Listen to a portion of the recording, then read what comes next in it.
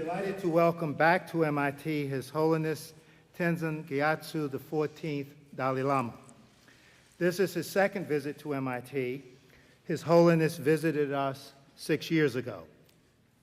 In his teachings and in his writings, the Dalai Lama has addressed themes related to the spirit and the mind and heart, peace, leadership, ethics, and interfaith harmony. In his eloquence, the Dalai Lama has influenced people from all faith traditions and from many nationalities. He has made many friends at MIT and in the Boston area. The public affection for this Nobel laureate underscores the salience of the themes he speaks about and with which he has come to be associated. His Holiness is at MIT today, however, to dedicate the Dalai Lama Center for Ethics and Transformative Values. The center will be part of religious life at MIT. The center is a new resource for us in a mosaic of congregations and communities that support our students and that will engage our community on the great questions of life and meaning. All of this is so important as our young men and women go out to be leaders in many fields. The Dalai Lama's insight and spiritual leadership, which we capture today in the center, is his gift to us today. We are most grateful. The commitment for our community to give voice to inquiry and dialogue on ethics and values reflects our appreciation of the Dalai Lama's leadership and our belief that these questions are important to our mission, indeed central to our mission, to provide our students with a diverse spiritual mosaic of opportunities for community and dialogue. It is now my high honor and distinct pleasure to present to you His Holiness Tenzin Gyatso XIV Dalai Lama.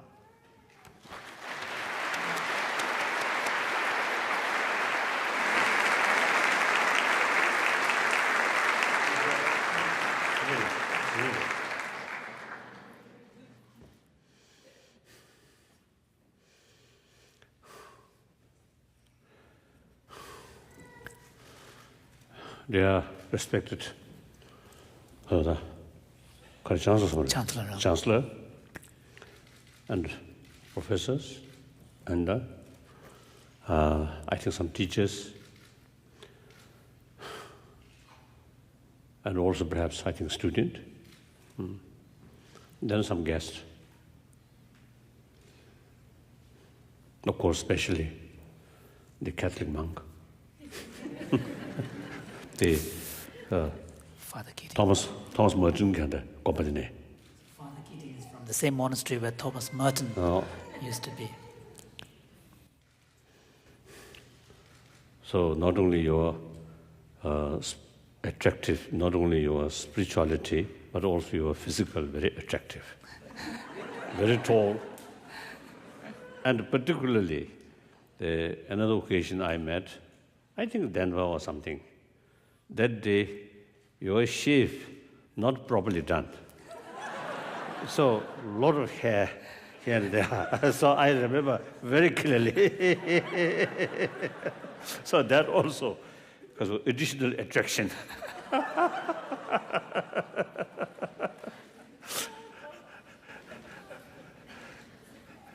So indeed, I'm very, very happy to be here once more. I think our previous sort of gathering here with scientists, very, very interesting, very useful.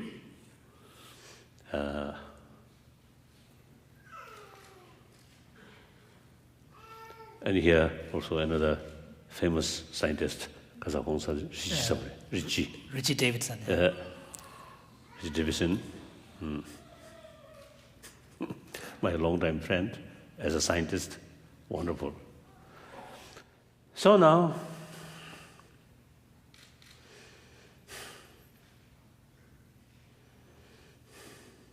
I think world now experiencing some disturbances due to global economy.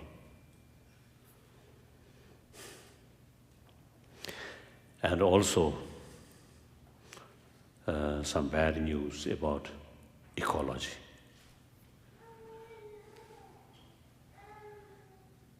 Some Chinese academician describe 3 poles: North Pole, South Pole, Third Pole. Third pole means Tibet Plateau, because of high altitude. Some, I think, unique, so very high altitude. So the Tibetan plateau, sort of, what's the ecology, as important as the North-South Pole. So therefore, he described Third Pole. So these now changing. Although change is part of nature. Nature, time never stands still, always changing, always changing. I think from the evolution viewpoint, of course, change gradually.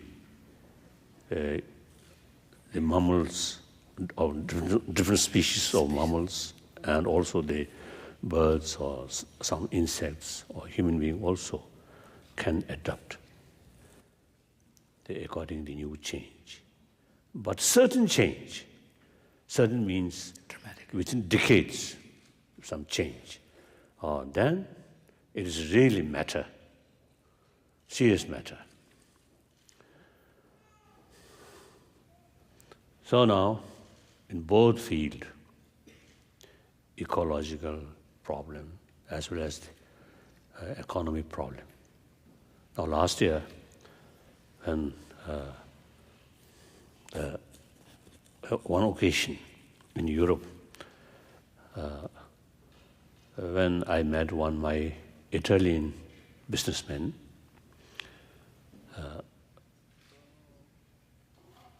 and out of my curiosity, I asked him,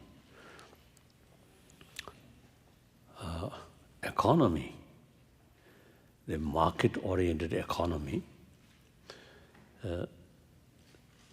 sometimes people express that's something beyond human control, market forces, they say. But the market economy itself is human creation. So I'm wondering, something human created but looks beyond human control. What's that? Then he mentioned, and then I asked, what's the causes of this economic crisis? He mentioned too much greed, and with that speculation, without knowing exact, but speculation, and not transparent, hypocrisy. These are some of the causes of this sort of economy crisis. Then in ecology, certain change, according to scientists, because of pollution on these factories or these things. So that also related with our behavior. So these two serious sort of problem, economy, money problem, and also this ecology, certain now rapidly changing, both related with human being.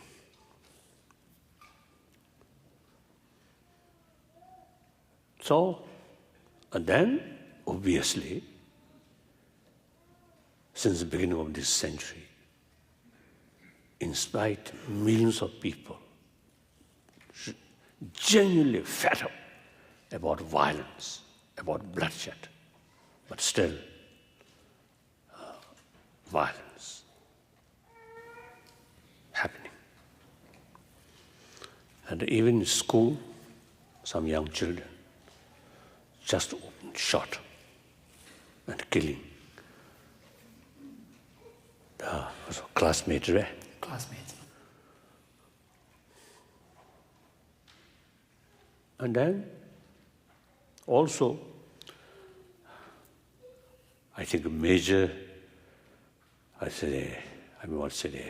country which really having the democracy, liberty, independent judiciary, freedom of media, like the United States. I think wonderful. Still, some story of corruptions happening.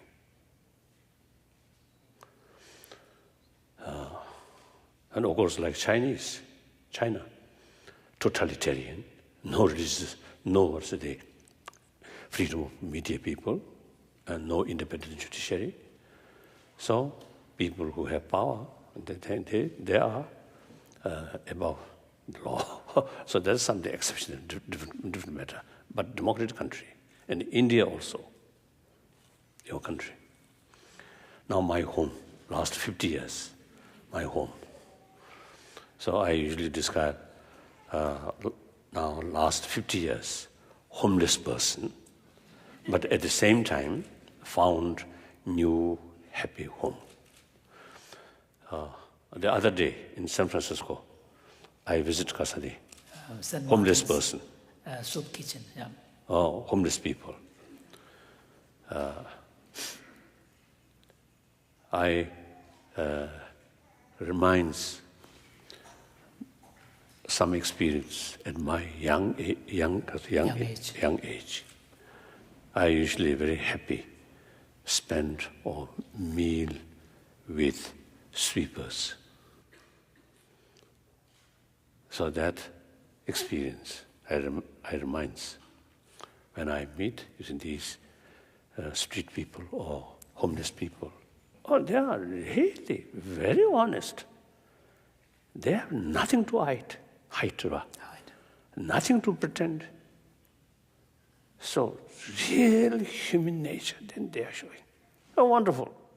There also, I mentioned, sometimes more elite people, sometimes more hypocrisy, showing something and something hide. But these innocent people are really, truly very honest. So I really enjoyed that. So in any way, those corruption. So the what related with this? 아니 어디 가려나? 저부터 가려고 그래.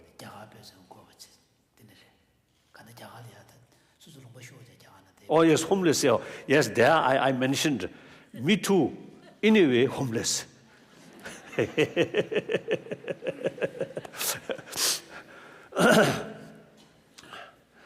So now all these problems, essentially, our own creation. All these problems, man-made problem, due to lack of money? No. Due to lack of education? No. Then? Or these troublemakers born special way? No. We all, same way, our life, the way of develop our life, same way. Same way come from mother, same way nourishing, right, by mother, nurtured by mother, and fullest affection. We all same. And then physically, mentally, emotionally, also we same. Now, just I mentioned this morning, education, vast knowledge, not come from our birth, but later develop with so-called education. Through education, our knowledge increase. But that, because there is potential to increase that, so on that basis, through education, increase our knowledge. So similarly, warm-heartedness, compassion, potential also there from the birth. So there must be possibility to increase that, utilize certain method. Now usually I describe, or I believe, the compassion, the affection. There are two levels. One basic level is more related with biological factor. That by nature, they're more mixed with attachment and also limited and oriented action or attitude. Then another level of compassion. That's more related or more oriented being itself, not attitude. Towards the person. No? Towards beings, sentient being, and like human being. And also without attachment.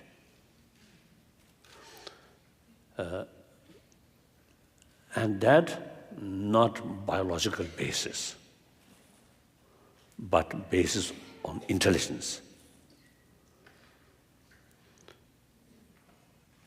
So the previous one,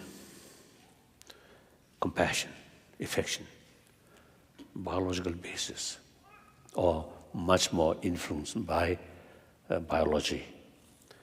That biased. The second affection or compassion through training, through reasoning, that unbiased. So now, the differences is the biological the compassion, which biologically sort of created, so that towards only for our friend, whose attitude is nice to oneself. So the very reason I love one, I love this, I respect, or I feel sense of concern, this because their attitude towards me is nice. So, limited, biased. As soon as their attitude change, that kind of loving kindness is no longer there. Now, second one, people or sentient being, as a being, as who have experience of pains and pleasure, according to my own experience, I don't like pains and I like pleasure, happiness, and I deserve it. Yeah, I deserve. I deserved achieve happy life, joyful life, and I deserve by nature to overcome suffering. So these reasons, 100% same other sentient being who have the experience of pains and pleasure. So because of that reason, as you love yourself, because of simply I want that, I do not want that. That reason exactly same on others also. They don't like suffering. They want happiness. They also have the right to overcome suffering. So use these sort of reasons. Then develop sense of concern of others' well-being. That is objective, unbiased. That kind of loving kindness can extend towards your enemy also. Although as far as their attitude is concerned, create a problem for you, harming on you. But that doesn't matter. That's something different matter.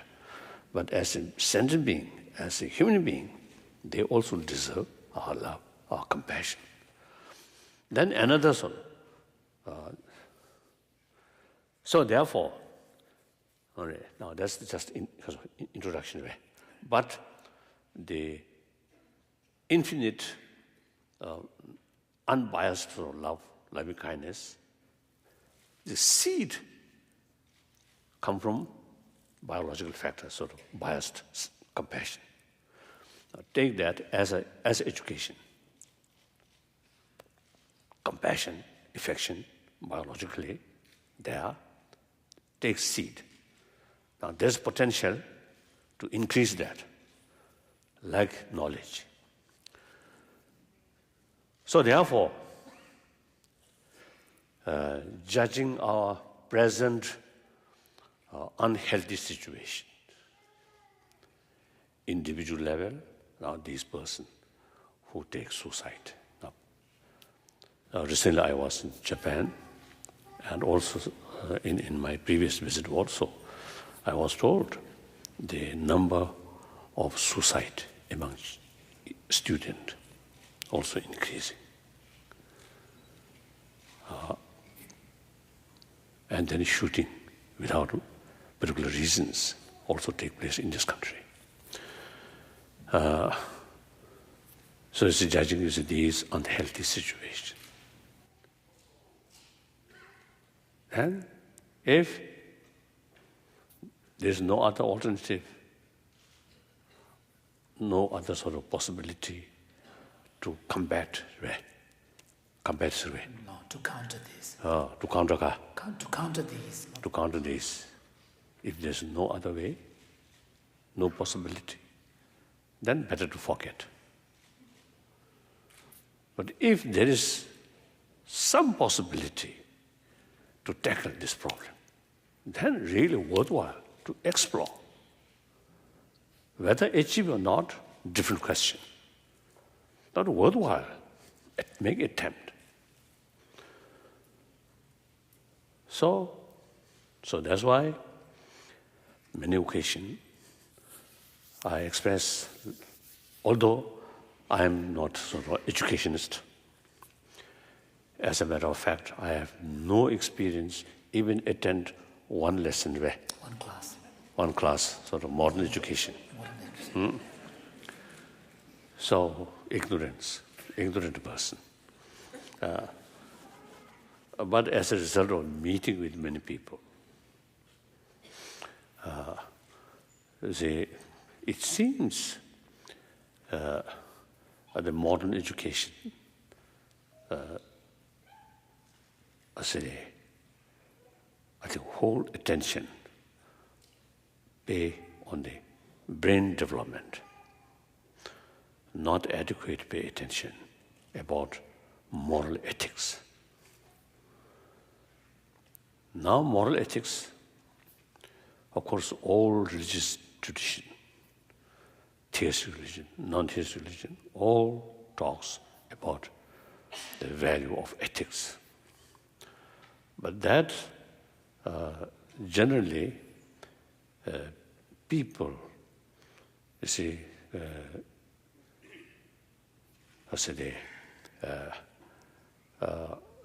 people have the attitude, these moral principle, moral ethics are more related with religion. So those non-believer, those non-religious minded people, the moral ethics also not much relevant. That kind of attitude, that I think attitude is a mistake. So ethics, there are also various levels. Now, for example, our Christian monk, Christian nun, and Buddhist monk, Buddhist nun, and also Hindu monks, they say, our own sort of different ethics. Right? Certain disciplines. Then, beyond that, generally, I think one healthy family life, parent, children, and brothers, sisters, there are also some ethical values also there. Not come from religious sort of idea, but simply by nature, isn't it? So therefore, there must be various different level of ethics. So now, since I believe out of 6 billion, over 6 billion, I think majority of them essentially or realistically not that much serious about religion. I think America here, Judo-Christian background. You may visit occasionally church and synagogue and sometimes mosque, like that. But your real life and facing some problem, then I think many of you don't care. I just mentioned the Konzadilavi. Just before I came here, I had a conversation with the board of directors of the center, so where I mentioned a statement made by one Tibetan master who said that people have a tendency to often say the religious teachings or scriptures might say such and such, but... So that's our usual sort of, in practical level, we, I think, generally follow that way, isn't it? Particularly when we face some problems, some difficulties, then the sense of brotherhood, sisterhood also no longer there, and patience also no longer there, and tolerance or forgiveness all no longer there, like that, isn't it? So, the essentially non-believers, majority of the 6 billion human beings, I think majority, we can categorize as a non-believer. So now, we must find ways and means of promotion of these ethics or these values to non-believer. Now, logically, we must find certain sort of, usually I call secular ways approach. Now I want to seek your advice, my Catholic monk. Some religious people say, secular means something, rejection of religion. What is the exact meaning? Secularism is some meaning of rejection of religion or not? Well, I think it depends a bit on what your term secularism means to you in your culture. Very wise answer. I expect it. So then when I use this secularism, not a rejection of religion. I mean, there's no reason to reject a religious idea. Because all major religious tradition, it talks about loving kindness, forgiveness, tolerance, contentment, self-discipline. These are, nobody argued that these are bad, isn't it? No. But then,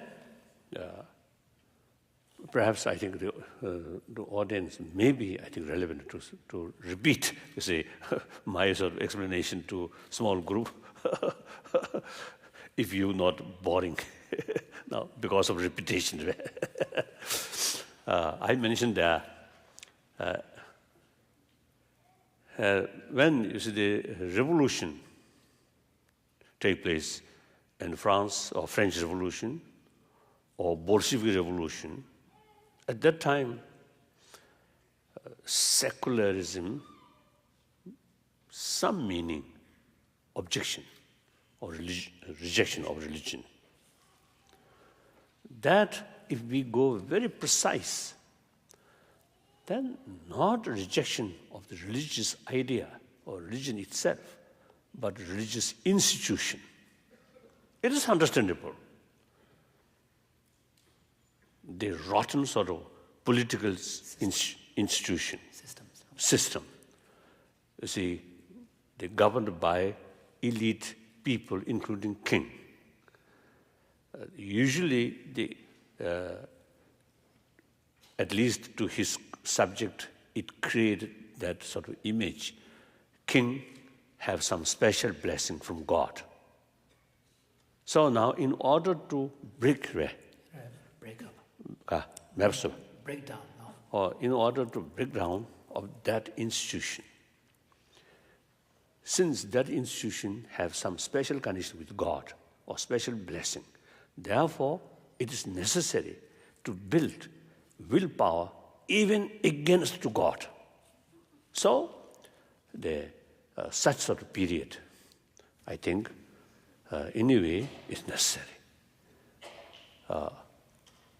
Unless you make it very, very precise. So therefore, I think the lead masses, the philosophical sort of precision sometimes is difficult. But so when I say secular means respect all religions, equal, all religions, no preference, this religion or that religion. Now, for example, my own case, I'm Buddhist. For my own case, Buddhism is best. But that does not mean Buddhism is best for everyone. No. Therefore, I never attempt to propagate Buddhism. Simply, how much contribution for well-being of humanity or healthy world from my practice, from my tradition. That's all. I always respect, genuinely respect Christianity and Islam, Judaism, and so on. And like late Thomas Merton, I really feel,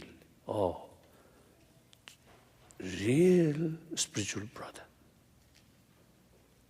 Wonderful. So such a wonderful person. And late Mother Teresa. Wonderful Christian Catholic woman. I think both belongs Catholic, isn't it? So I have to find some Protestant.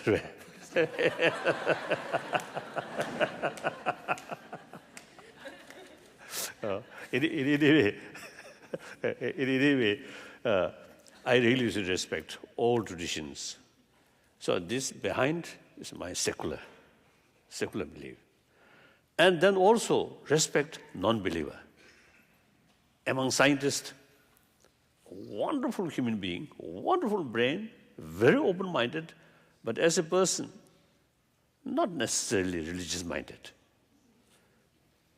So, non-believer, but wonderful people. And in early revolution, in People's Republic of China, among Chinese communists, some really wonderful, compassionate person who really sacrificed their own life for the benefit of the working class people, like that. So these are non-believer, but really wonderful people. So I must respect these things. So therefore, when I say secularism, respect all religions and also respect all non-believers equally. So now here, also I mentioned there, I think everybody agree, human society. If a society, more compassionate society,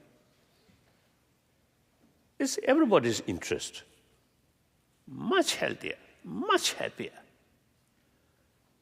On this planet, no longer so-called enemy, everybody friend of friends. Friends.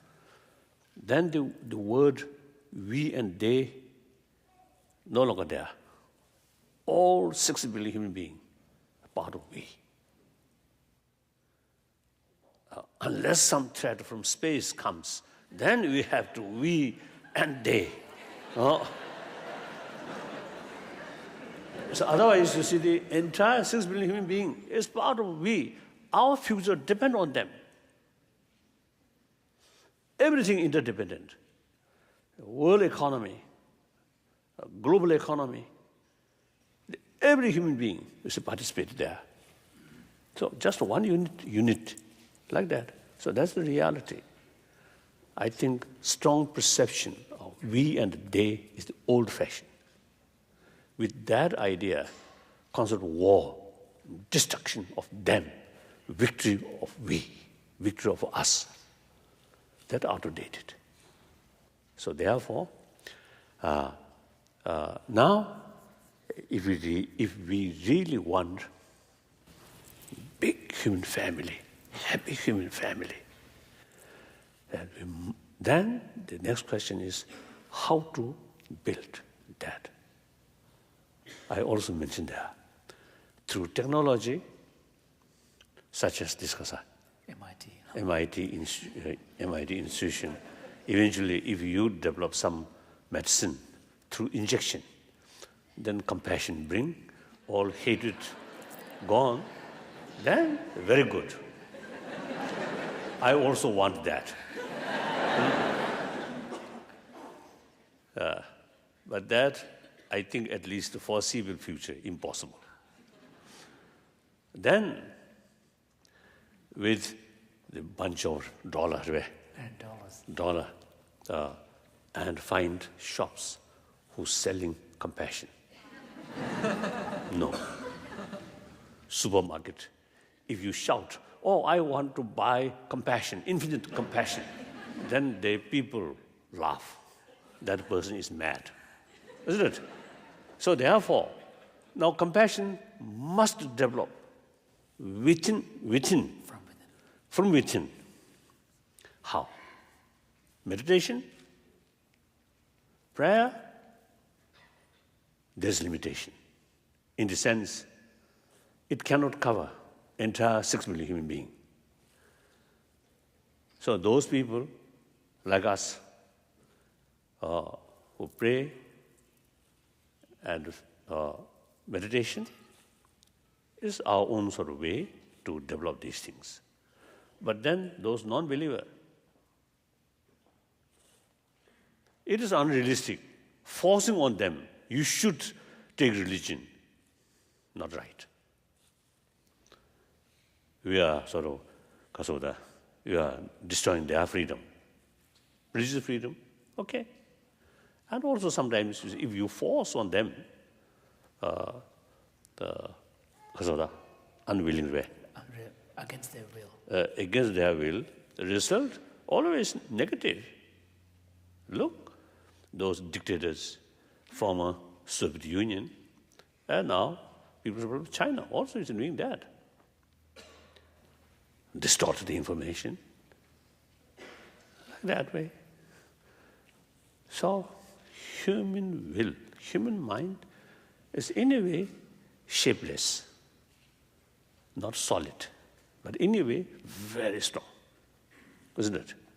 I think one good thing of human nature is mind can change only through truth, only through reason. That's wonderful. Cannot use force. Physical control, yes, by force, some extent, like that. So therefore, we must find ways and means to promote these inner value. That means secular way of educating. So that's my main point. Then, because leadership, leadership, that's complicated. Obviously, the quality or potential become leadership. Of course, obviously, the education of these things. Then, I think to some extent, particularly in these days through television, these things, I think physical attraction also a little bit because of the important. So particularly American voters, I think you look just to television and a more smart face, you say, I think some people is fun to vote. So basically, of course, education.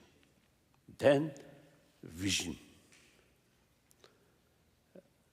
And then perhaps I think one important is realistic. And realistic there can be two ways. The realistic with fuller knowledge about the reality. For that reason, again, calm mind is very, very relevant. Agitated mind, narrow-minded, cannot see the reality. So then your method becomes often unrealistic method. Any unrealistic method, the result will be negative. In spiritual field, or economy field, or ecology, or politics, or international relations, in every field, unrealistic method will be counterproductive. So, in order to carry realistic approach, you have to get fuller knowledge about the reality.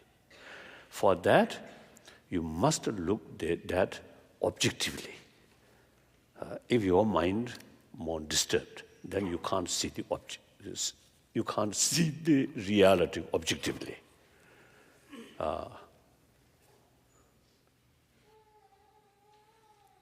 So, like, now this is, of course, not a political sort of statement, but you see, I think the reality, now the communist sort of propaganda, they always say scientific, scientific, scientific. Actually not scientific. One fixed object, then try to bring some favorite thing in that object. That's not scientific. So I usually say telling my scientists, so when I discuss with scientists, I do not consider myself as a Buddhist. If you fix some goal, something, then try to find investigation. You already become biased. So some political objective there, and then use name of science, scientific, not scientific. Is it? So therefore, when we look the reality, our mind must open and neutral. So there are some condition about calm mind. So leadership quality, I think calm mind is, I think, one important. Then at the same time, now here, some Buddhist literature, you see, stress importance of intelligence. Two contradictory things. So make balance. So here, I think calm mind.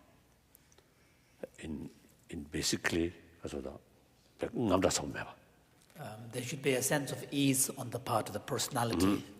But at the same time, the quick response and also decisive. So sometimes there are some contradiction, but we have to sort of balance. So these are, I think, the ability of vision. Then, one most important thing is truthful, honest. I think very important. I think even from beggar up to leader, president. Still, we are in human society. Honest, truthful is very essential. If you're saying something and doing something, and saying to this person, saying something, this person saying something, it is source of problem. Must be honest, transparent. So I often urge my Chinese friend, the President Wu Jintao, emphasize the promotion of harmonious society scientifically. So now, key factor is truthful, transparent, open. That's very, very important. So therefore, they're honest. The religious person must be honest. And politician must be honest. Economist must be honest. And scientist also must be honest.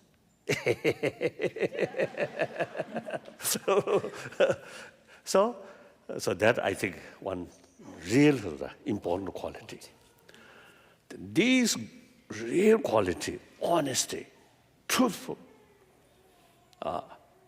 and calm mind related with compassion. Compassionate mind automatically, they open our inner world, inner door, and also brings calm mind. So through that way, I think the quality of leadership also is, I think, related with compassion. That's how I feel. I think, I don't know, enough. What do you think? Well, now some questions answer. Some questions. Microphone. They're bringing the microphones. Yes. Oh. Sometimes it is becoming more alive. You see, direct questions. Provided clear and short questions. If the question almost like introduction by yourself, and then waste of time.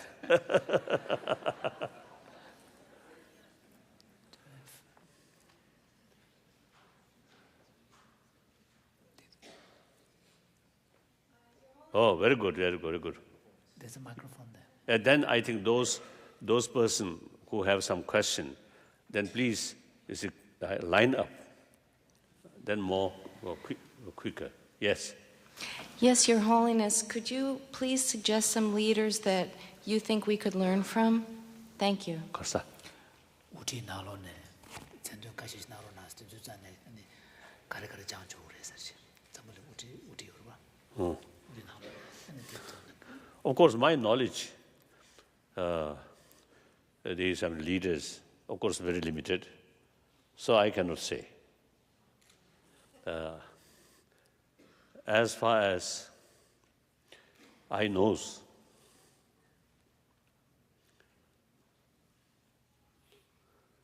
on the level of a human being, as a human being, I love your former president, Bush. Very straightforward. Sometimes leadership, politicians, so when we met, I think too much polite, and sometimes you see a little bit distance. But President Bush, not like that. At once, you see, we become very close friend. So I love him. So I think the honesty, truthful, straightforward. I think there. Then the vision, I don't know. Then also the realistic approach, that also I don't know. So you see, one occasion is my meeting with him, I express I love you, but at the same time, some of your policies concerned, I have some reservation. I mentioned like that. Then, among Indian first president, Dr. Rajendra Prasad, remarkable, great lawyer, and I think educated in England, great lawyer, great educated. Legal scholar. Ka. No, legal scholar. Legal scholar. And there is no sort of any sign of sort of what's the big leader. No, arrogance. Very humble. Then of course, Chairman Mao Zedong, in early period, when I met him, 1954, 55, oh, really, really wonderful sort of leader. But then later, somehow, his own power spoiled him. Sad. Otherwise, yeah, really wonderful leader. That I'm very much impressed. And then, I think these are examples. Now, next question. First of all, welcome. And I noticed that a few days ago, first of all, I'm from San Francisco. A few days ago, you were in Berkeley. And one of the things you had to say to the young people there was Karsa. to prepare for the worst and hope for the best. And with regard to the Center for Ethics, what do you see as the role of ethics in education and in leadership in today's world? Karsa, you will correct. Tell us, she has to cause. Tell us.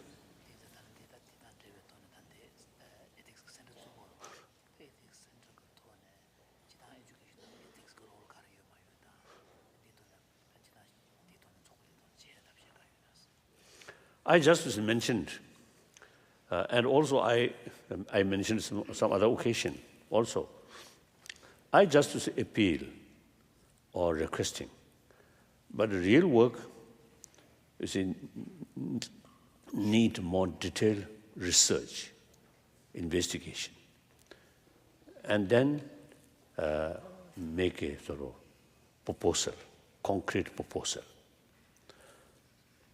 So I mentioned here also, you see, I have no sufficient knowledge, no experience. So everybody, you see, agree we need some effort, promotion of these ethics, secular ethics, through education. So the detailed work on their shoulder, they have to work, they have to research, like that. Next question. Now here, this side. Thank you, Your Holiness. If someone works in part of an organization where the organization participates in making weapons, what is a way that person, what is a positive example of how that person can act in that situation? Weapons on air. No? Sure. No?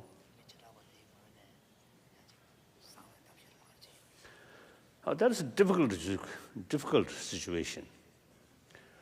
The whole world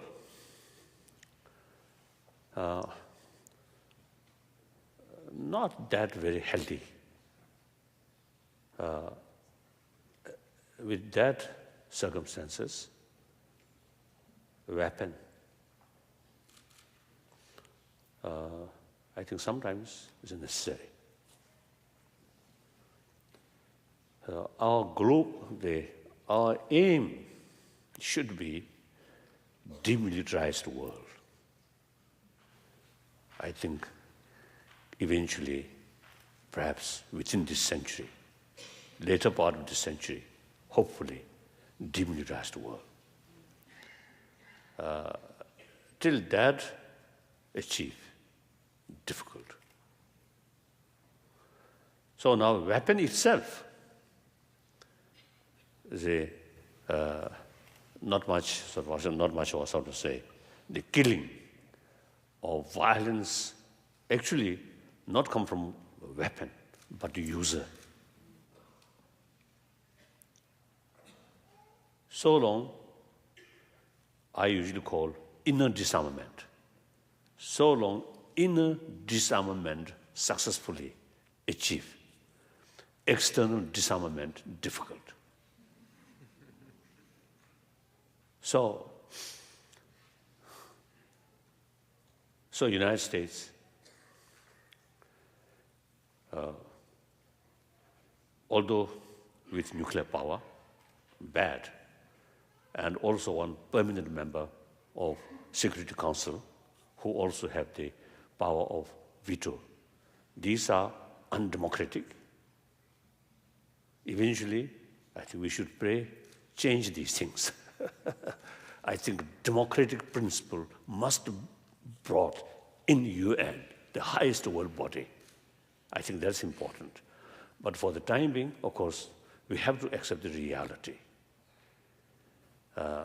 So then, comparatively, the superpower, one of the important nations who have these sort of undemocratic sort of right, but still, you are a democratic country, open society, free information, completely sort of freedom of media people, completely free.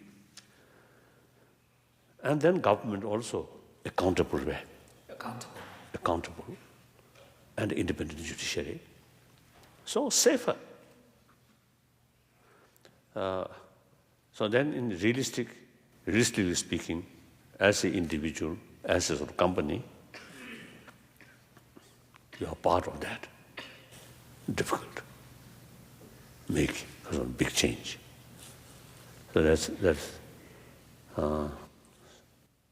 in the meantime, say, if you have really serious sort of concern about the peace and weapon, the very purpose of weapon is to kill. So, your expression, that's I think important, make known to public. But then practice, and I think particularly at the time, because of less and less such job than your existing job, I think better to carry continuously. So that's my view. Thank you. Next question. Your Holiness. I think I can add one sentence more. When the former Soviet Union there, 1979, my first visit to Mongolia through Soviet Union, through Moscow. So at that time, I think I mentioned the other day, isn't it? I mentioned, you see, they usually call peace-loving nation. So Western imperialist, very because of warmongers. Warmonger. But their East Bloc, Warsaw Pact bloc, are peace-loving nation. So there are some media people of Soviet Union. Because of our meeting. So one person, you see, pushing the word peace-loving nation in my mouth. He pushing. I refuse. Since 1973, I had opportunity to visit Western Europe, the NATO member state. Not that sort of the warmonger way. Only sort of fear of threat from East. So readiness of that, a realistic approach. Otherwise, there's no sort of spirit to attack there. So therefore, I refuse to repeat that word. Then he lost his temper. Like that. So the point is, America, I think, genuinely, when you see President Bush, about to carry war in Iraq, many Americans express opposition. Not only America, from Australia up to here, come to street, express their anti-war sort of expression. So America, I think basically, I think we can say peace-loving nation, I think. So therefore, that much I want to tell you. Now, next question. So you think this is an apt comparison? And regardless, what is your opinion on such a comparison? So,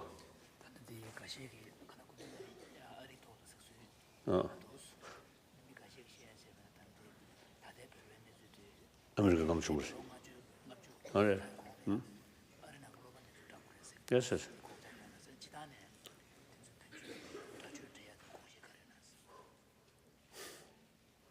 Yes.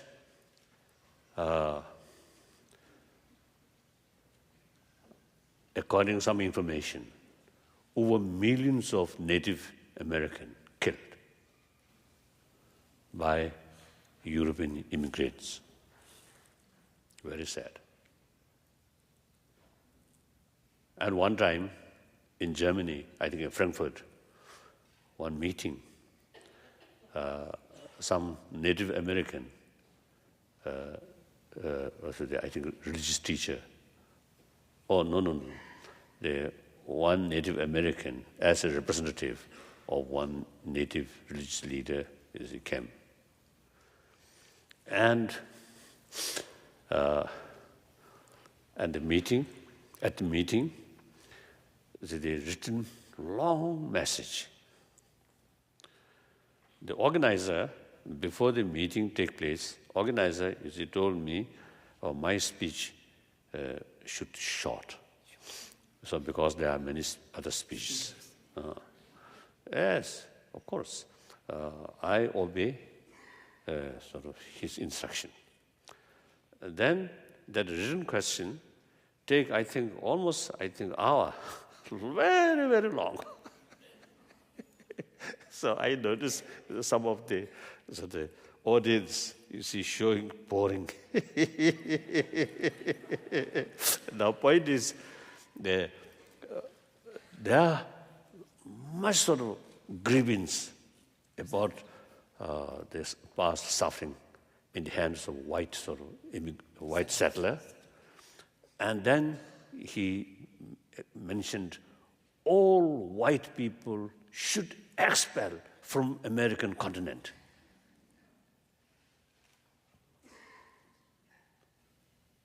What do you think? Is it justice or realistic? What do you think?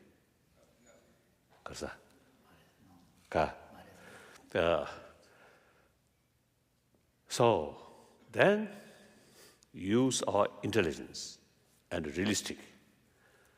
Past is past. I think we Buddhists in India, I think Indian Buddhists, much suffer under some Indian non-Buddhist rajas, and also particularly Muslim rajas, Muslim hand. Muslim rulers. But no use to keep some kind of sort of grievance or some kind of resentment. Past to past. Now, for example, Bodh Gaya, some Muslim community there, I think their ancestors, came to Bodh Gaya in order to destroy Bodh Gaya's temple of Bodh Gaya's Buddhist community. But now today, the reality is they are shopkeeper, most of them shopkeeper, shopping Merchants. merchants, and most customers are Buddhist pilgrims. So more Buddhist pilgrims comes. You see, their money, their way of their earning. So very friendly. So many occasions when I was in Bodh Gaya, they always invite me. Their small school there, and also some prayer meeting. They always invite me, and they provide very delicious tea. Very good, wonderful. So therefore, now, the past is past, not in our hand. Now, doesn't matter. Past already gone. Now, future is important. Now, future depends on present. So, present our handling is the seed or basis of our future. So, keeping negative feeling towards the other because of past or history, then more trouble. What use? So that's my view. So therefore, now in Tibet case also, in spite of a lot of problems, a lot of suffering, still I have full faith towards Chinese people. Chinese government, very short-sighted, narrow-minded, and sometimes they act like childish, very narrow-minded, short-sighted, isn't it? One way, they very much concerned about their face value. But at the same time, there's a lot of distorted information. Why? Telling lie. And not transparency. Not transparent. So that's very bad for their image. Isn't it? So I'm appealing since the last March 10 March 2008. I appeal to people, world community, as well as Chinese government, please investigate thoroughly what's going on inside Tibet. And that crisis, whether it's created from outside or not, please investigate thoroughly.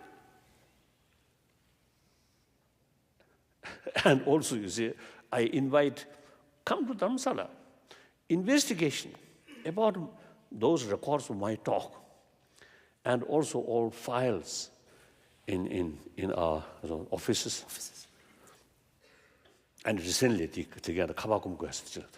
Recently, you might have heard about the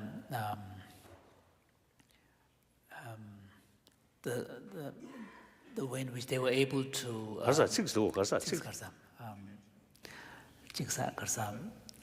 there's a technical term for this. Cracking.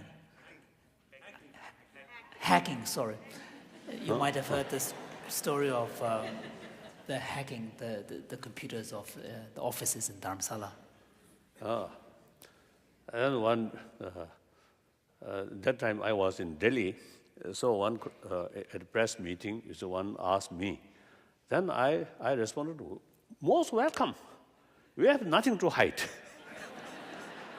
So through that way, investigation is good. I answer like that. So I welcome. And then a little bit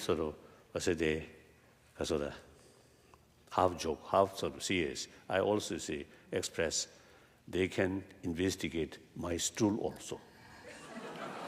Because there is rumor I'm cancer patient. And whether cancer patient or not, investigate my stool.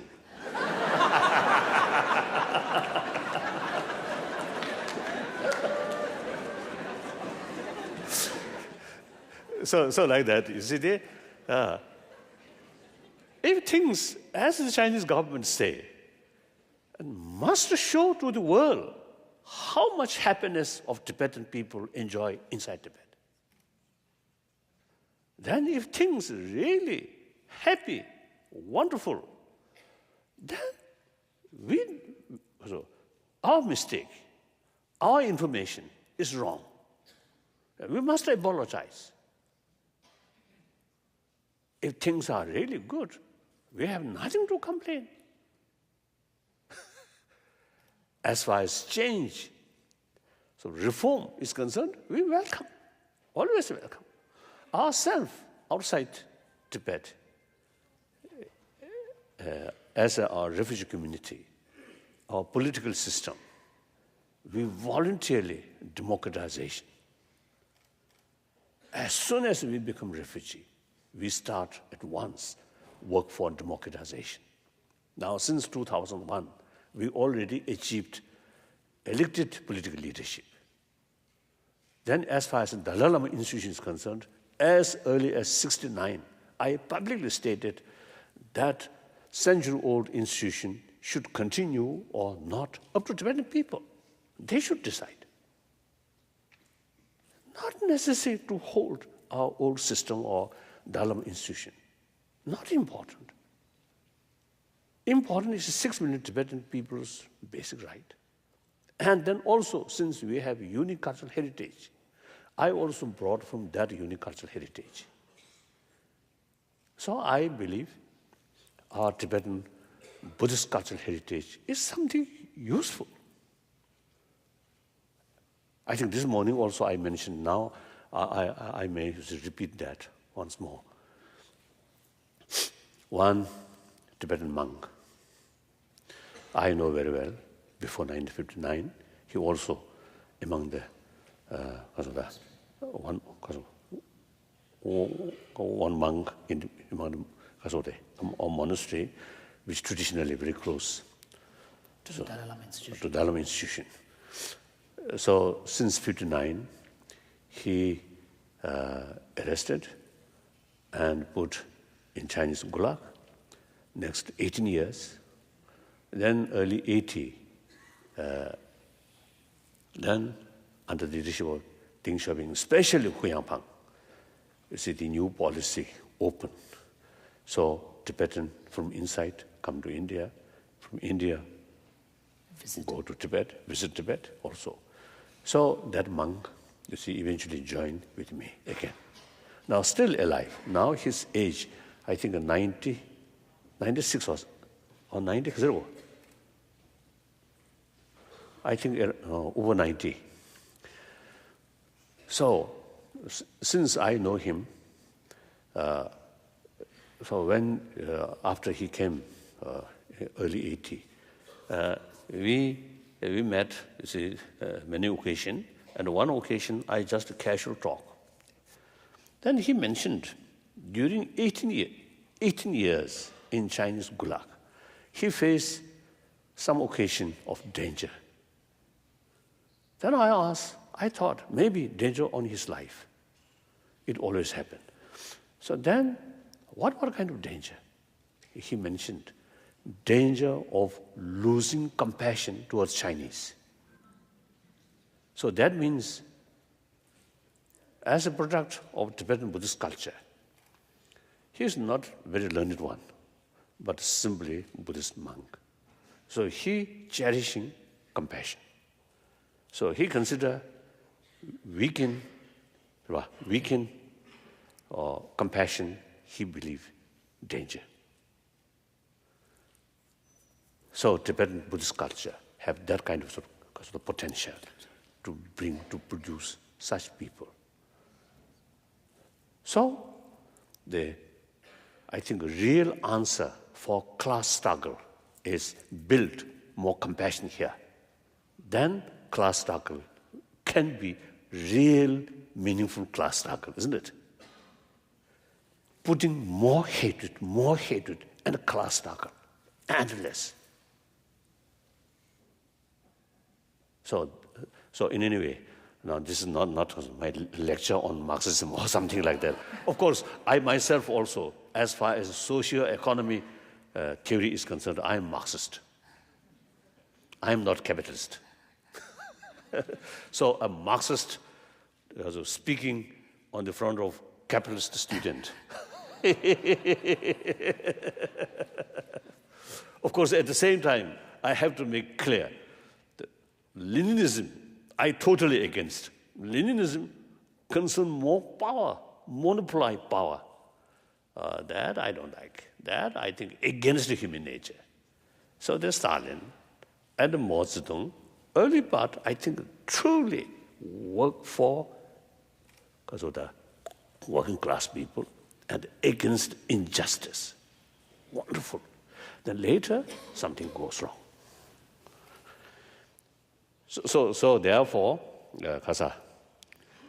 sometimes better to approach realistic. So now my point is, in spite of suffering or problem, I always look from broader sides, Bigger picture. from a wider picture. Wider picture. So as far as economy development is concerned, it's our own interest to remain People's Republic of China.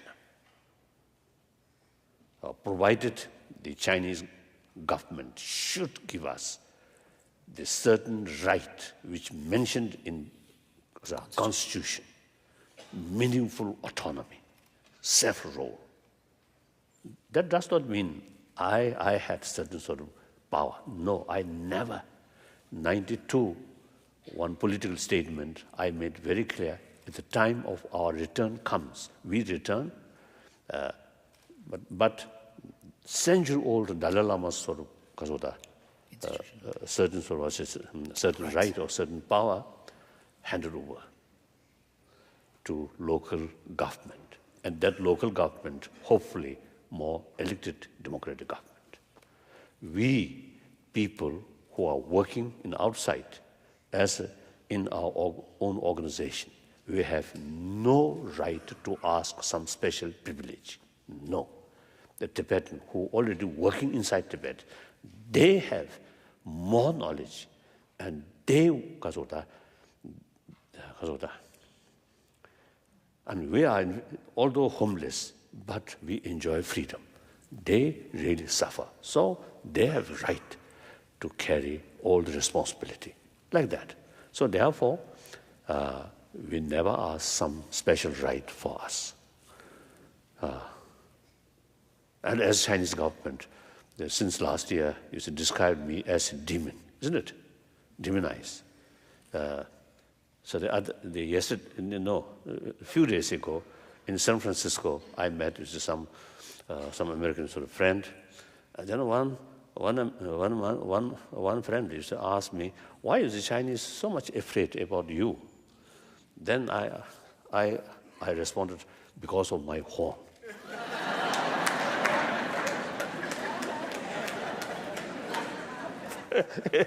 Like that. So the demon, certainly is no right to ask some sort of position or something like that. So it is important to every problem look from broader way. So hopefully the Chinese leadership, I think, should look from wider perspective. Then country's stability and unity within the country, unity with other neighbor countries, including the United States, that can develop healthy way. State secret, closed society, with a nuclear weapon, big army, unpredictable, not good. I noticed among Indian friends, because of that situation, totalitarian, no freedom of speech, no free press, everything state secret, and unpredictable, with nuclear weapon, uneasy. Oh, one sort of strange. Last year, one occasion, I'm meeting with some Chinese intellectuals. Since last 10th March, many occasions meeting with Chinese scholars and writers. All is very, very supportive, when we explain truth. And then, in fact, I think since since last year, almost 800 articles wrote by Chinese. So some of them within China. So all very positive. All shows solidarity. I think two things. Firstly, we are really honest, truthful. And also, secondly, we strictly follow nonviolence. Then thirdly, we are not seeking separation. Therefore, number of Chinese fully support about our stand. So one occasion last year, not last year, this year, March, I met some group of Chinese intelligence and Chinese intellectuals, and including one Japanese Chinese or something like that. I think Japanese Chinese, isn't it?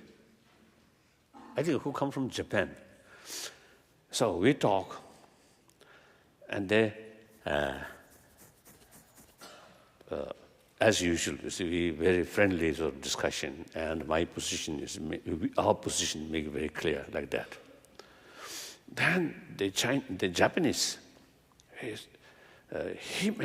expressed in front of those Chinese, now Tibet issue solved smoothly, then China become more powerful, then we Japan fear more. No. And then what will happen to Japanese? We really fear about China.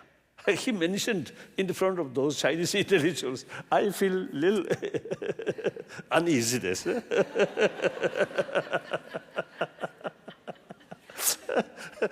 Then I mentioned, you see, once you see China truly become sort of respected nation, great sort of power, then naturally be more open, more honest, more transparent. Then no danger. I responded to him like that. Good. Too long answer. My answer too long. I took my answer almost like lecture or brainwash on you. So apologize. Then last question now. Last question. Thank you so Perhaps much. last two questions.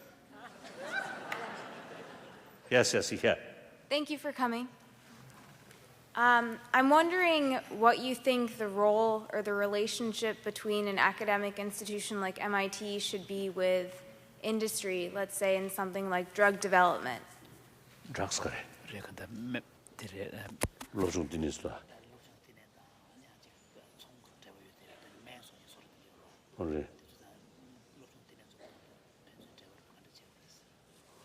I don't know.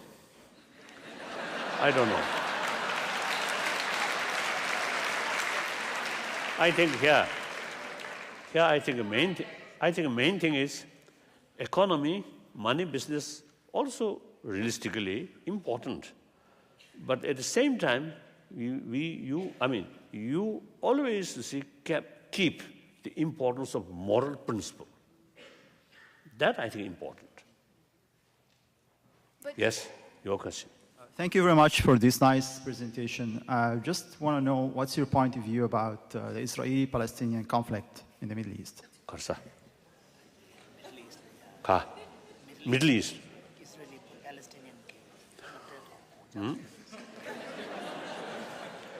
Yes, I have been Israel few times, and each of my visit there, I also met some Palestinians. And my first visit Israel, firstly, because the organizer, Jewish, so I already got some sort of information from the Israeli viewpoint. Then next, I met some Palestine, just opposite. A lot of complaint, including historical background. So between these two views, very far. So we need a lot of hard work, again through education. Then my second visit, I met some small group, the educationists. So they already start some small group, young student together, mixed Palestine boys or Palestine students and Jewish students work together. And also according to the principle of reconciliation. That's a hopeful sign. So the Palestine and Israel problem, when Israel say, and when Jewish say, 1,000 years ago, it's in their own original place. So they have some right. And then Palestinians say, last several centuries, their land. It's also right. So, and very difficult. The best thing, at that time, I noticed those areas where Jewish people settle, more green, more trees, through their hard work, and also I think the spirit of invention way, more modernized. Those Palestine sites, of course, they remain like something refugee-like. So that also, I think, one, of course, important factor. But they more desert-like. So at that time, I think I also express, and also I feel instead of quarrel, ownership, simply live together, then let Jewish people more work for greenized way. Greenery now. Green soda, more. More vegetation, creating more vegetation. And then Islam, Muslim follow Islam practice, and Jewish follow their Judaism. Then political ownership, not that important. And democracy, and everybody can make voice. Then government, something like national basis. I think Jewish people, may not listen to that. So in any way, you see the bloodshed, forcing, shooting. Now last more than 60 years now passed. What result? More suffering. And suffering also. Innocent people. What use? The decision maker, they hide somewhere. Even in bunker. But real suffering people, any war, Iraq, in Afghanistan, when Indo-Pakistan war or Bangladesh war. So sometimes I jokingly telling people, or like this institution, eventually find some bullet, that bullet with consciousness, not hit on innocent people, but follow real troublemaker, decision maker, then hit. Once you see that kind of bullet, you see, develop, wonderful.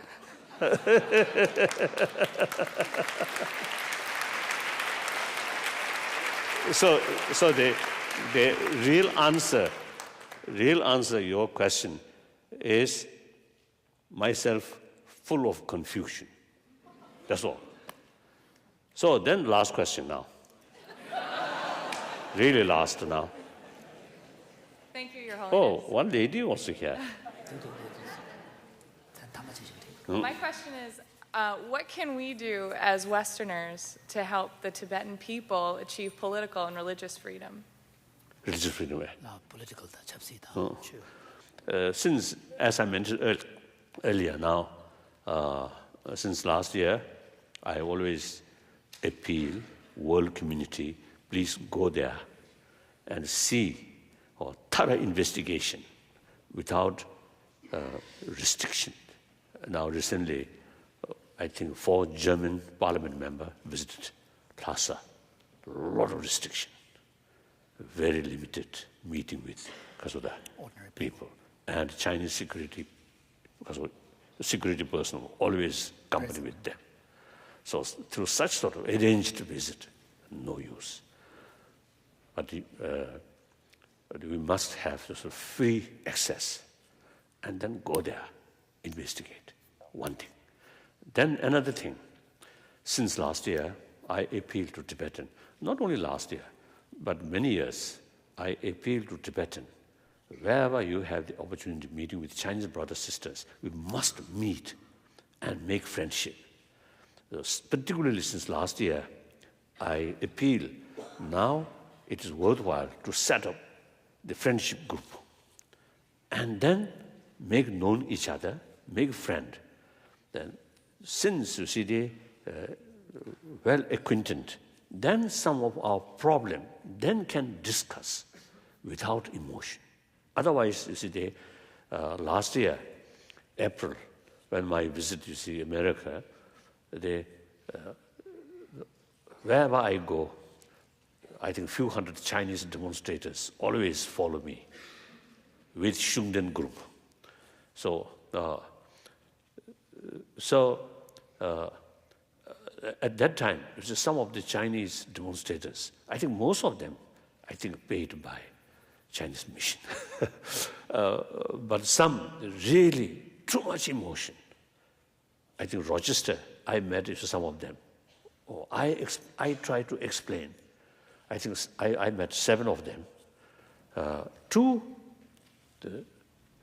listen my explanation and seems to see understand my position on all these problems. But 5 of them, I think 4 or 5 of them, no interest to listen my explanation. Just express there and sort of what's the emotion, too much emotion, like that.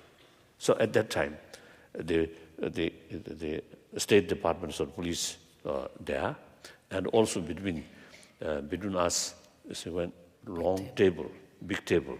So they are there, that side. I think fortunately that table saves me. Otherwise, they may sort of slash a slap like that. Too much emotion. So these things are lack of knowledge and lack of contact. So therefore, now here Harvard, MIT like that. This is some people, some Chinese brothers, sisters, including some professors. We say, meet, explain your view. That's very important. And very, very helpful. One time, I think more than 10 years ago, one time, I think,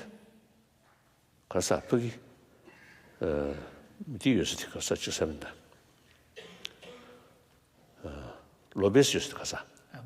Michigan. Michigan mare, timemish. Middlebury. Oh, Middlebury. Middlebury. Vermont. Vermont, yes. There, one occasion, after my talk or something, then we just on the lawn, you see, we because of the go round, one Chinese student come straight. Approached me, and then in front of me he kneeled, and then he mentioned while he was in China, due to wrong information, his sort of idea is something different. Now here in America, he get the true picture of Tibet. So then he mentioned we Han create a lot of suffering on Tibet. So he want to apologize, like that. Or then another occasion is old and very conservative. Then after he attended my lecture, then you see he realized no, not like that. So you see he really want to see me personally. So then he come like that. So therefore, you see the ignorance as Buddhist tradition, you see, believe. ultimately all trouble created by ignorance. So therefore, the personal acquaintance and contact and explain true picture, that's very helpful. Yes? Now this one. Sorry. This one. Another lady. Thank you, Your Holiness. You've participated in forums at MIT in the past where you've discussed visual attention as it relates to meditation. Since today marks the opening of the Dalai Lama Center for Ethics and Transformation, could you talk a little bit about how human visual perception, imagination, and transformation might be related?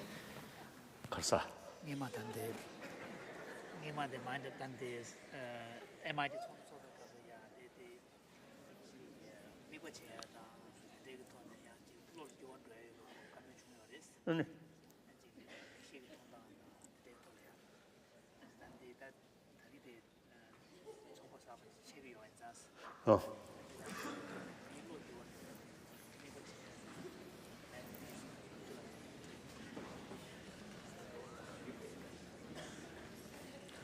I think our next meeting.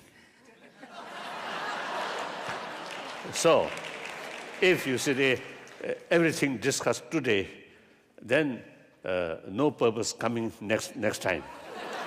So some must reserve.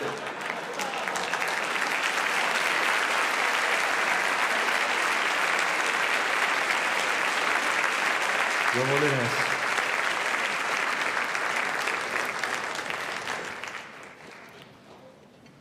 Your Holiness, we are deeply indebted to you for lending your name and guiding the work of the Center for Ethics and Transformative Values. We're indeed very fortunate to have your presence here at MIT. I sincerely hope, Your Holiness, that with your blessings will become an instrument of inquiry and dialogue to make positive impact at MIT and the world beyond. We pray that you continue your work for many more years to come. You, Your Holiness, are a living role model for millions around the world. The journey thus far has not been easy, and we expect some difficulties along the way. After all, we are taking upon ourselves the challenge to repair the socio-economic and ecological fabric. There is much urgency to this work if we are to continue growing as a sustainable society. Sustainability, which requires a considered sharing of resources and improved policies. We stand at a crossroads. We face an unprecedented crisis today as humanity. Our environment more frail than ever, and our economy in the midst of dominoes effect, forcing us to accept the realities of a new world order. A world amidst us, there are also skeptics and cynics. Healthy skepticism we can work with. Cynicism is entertainment at its best and delusional at its worst. It does not solve issues, instead generates a sense of active indifference. I thank MIT for continuing its tradition of being at the forefront of facing global challenges and becoming a leader in tackling problems that are of great concern. We cannot have global leaders without courage and integrity, and an institute that shapes tomorrow's leaders must demonstrate these qualities itself in every corner.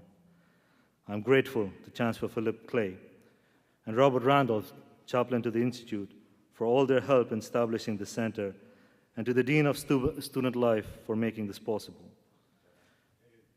Tinsley Gallion for his friendship and support for this work. There are many that I will not be able to thank by names, but know that I have the profoundest gratitude for all of you. CAC, MIT Police, DSS, and the Office of Tibet. I'm grateful to my students. They are, of course, the best in the world. I continue to learn and grow with them.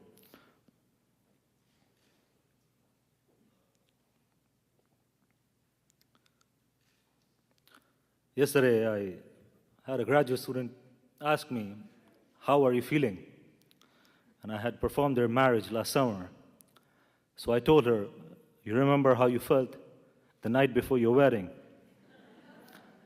It's 50 times more pressure at this stage. And finally, I express my gratefulness to all the friends of the center.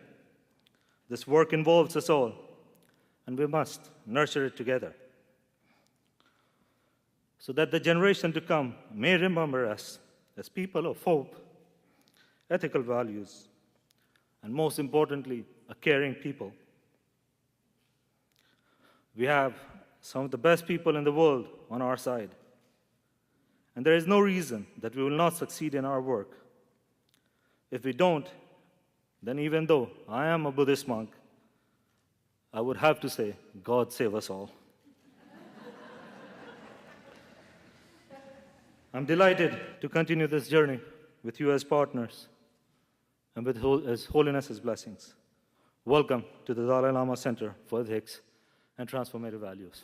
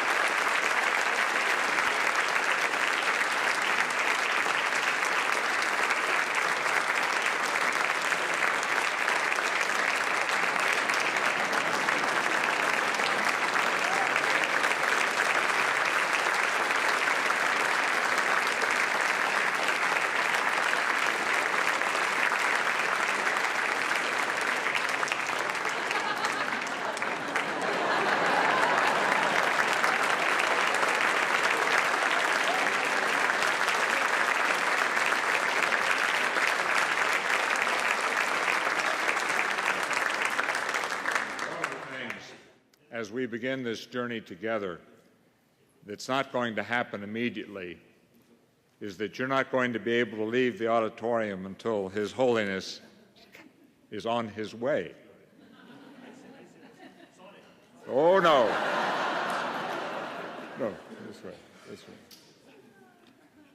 It's all a matter of communication.